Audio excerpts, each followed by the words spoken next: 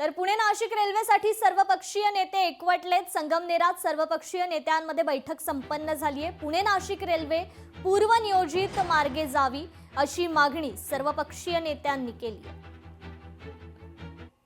नाशिक पुणे रेल्वेच्या बाबतीमध्ये पूर्वीचा जो आराखडा होता त्या आराखड्याप्रमाणेच रेल्वे झाली पाहिजे। ती नाशिकवरून सिन्नर, अकोले, संगमनेर मार्गे राजगुरुनगर, नारायणगाव, राजगुरुनगर, चाकण मार्गे पुण्याला गेली पाहिजे, अशा पद्धतीची आमची मागणी ही सातत्याने होत आहे।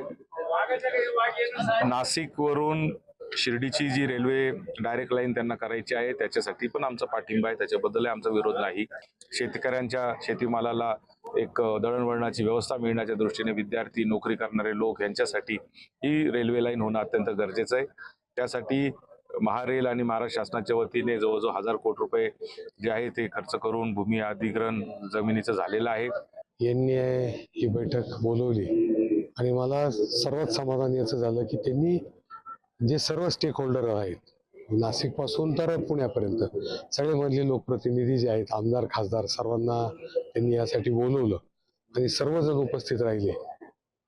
खास करून ह्या आपल्या संपूर्ण भागासाठी एक वरदान ठरणारी गोष्ट आहे आणि ती व्हावी यासाठी सर्वजण प्रयत्न करतायत। आढळराव पाटीलही बोलले, आदरणीय सदाशिवरावजी लोखंडे पण बोलले आणि त्यांनी जे जे आजपर्यंत त्या कामासाठी केलं त्याच्या पुढे नेण्याचं काम आमच्यासारखे आताचे लोकप्रतिनिधी आहेत त्यांचं आहे। लोकशाही मराठी ऐका, पहा, जागरूक रहा।